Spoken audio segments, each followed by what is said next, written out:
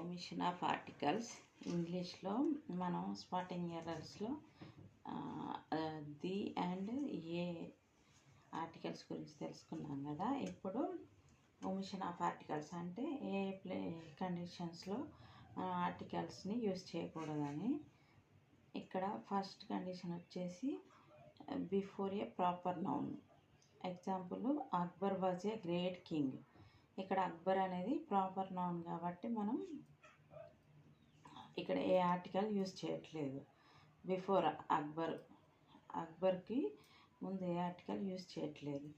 Next, when article is used before a proper noun it becomes a common noun. So మనం ఆ article అంటే common noun అయిపోతుందంట. ఇది మనం ఆ ప్రాపర్ నౌన్ కాస్త ఆర్టికల్ యూజ్ చేస్తే కామన్ నౌన్ అయిపోతుంది. So we should not use the article.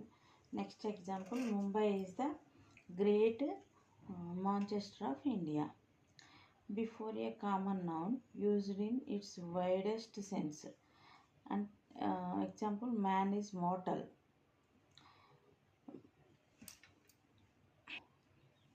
మనం ఒక కామన్ నౌన్ గ్రేట్గా చెప్పాలనుకుంటే దాని ముందు ఈ ఆర్టికల్ యూజ్ చేయకూడదు. ఎగ్జాంపుల్ ఏంటి, man is mortal.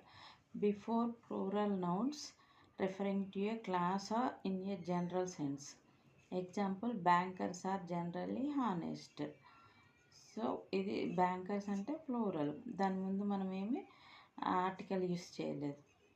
Before abstract nouns that express quality, state, feeling. Abstract nouns అంటే క్వాలిటీ, స్టేట్, ఫీలింగ్ అవి ఎక్స్ప్రెస్ చేసే వాటిని అబ్స్ట్రాక్ట్ నౌన్స్ అంటారు. Honesty is the best policy. So before honest we should not use any articles. When abstract nouns, instead of referring to a qualities express person, they are preceded by article. అంటే ఒక person యొక్క qualities చెప్పినప్పుడు మాత్రం మనము ఆర్టికల్స్ని use చేయాలి ముందు. Example ఏంటంటే, she possesses the cunningness of a fox. Cunningness అనేది క్వాలిటీ కాబట్టి, ఆ అమ్మాయి క్వాలిటీ కాబట్టి ఆమెది, సో యూజ్ చేశారు ఇక్కడ. He is a justice of piece. Justice stands for judge. Before material nouns iron is a hard metal. So ఇక్కడ ఇది హార్డ్ కాబట్టి ఏ అని యూజ్ చేసాం, హార్డ్ మెటల్ బిఫోర్. కానీ ఐరన్ ముందు ఏ ఆర్టికల్ యూజ్ చేయలేదు.